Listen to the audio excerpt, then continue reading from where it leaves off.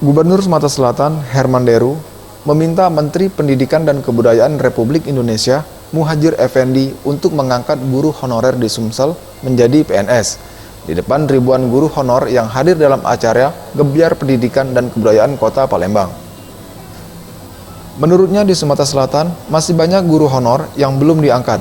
Ketika memasuki usia pensiun, hal ini harus menjadi perhatian serius pemerintah untuk memperhatikan kesejahteraan guru honor.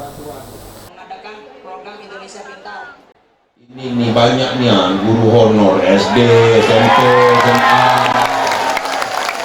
Kamu tidak tunjuk ke gubernur baik kuasa ngangkatinya, baik kuangkati kalau memang ini di pusat ngangkatnya. Nah, jadi aku sampai ke gendak kamu nih. Nah, jadi banyak Pak, ada macam-macam honor, ada honor komite, ada Honda, ada TKS dan berbagai nama-nama honorer itu Pak, untuk menghindari PP 48 kalau saya lihat itu.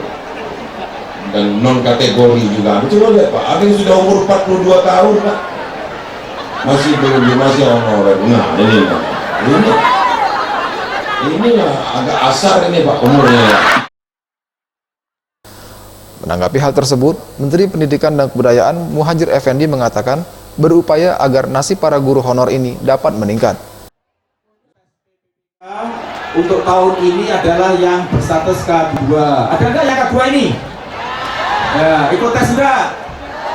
Sudah ikut toh, saya doakan nanti lulus sehingga tahun ini bisa diangkat menjadi ASN.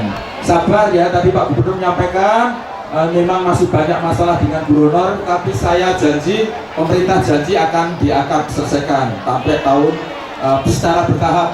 Tahun lalu kita sudah mengangkat 90.000 guru. Tahun ini yang ikut tes kemarin 90.000 juga, baru bulan ini ikut tes. Tim Liputan, Sriwijaya TV.